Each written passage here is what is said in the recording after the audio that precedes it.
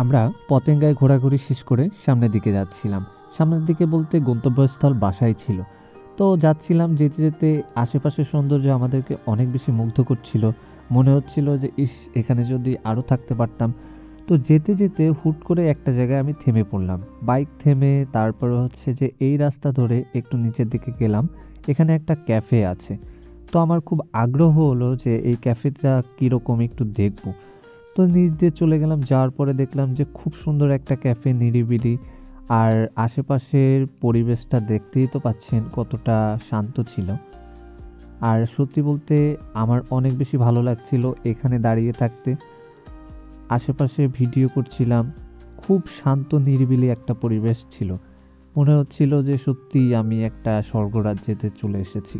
আপনারা যারা চিটাগংয়ে যাবেন তারা অনেক বেশি মুগ্ধ হবেন এইসব সৌন্দর্য দেখার পর।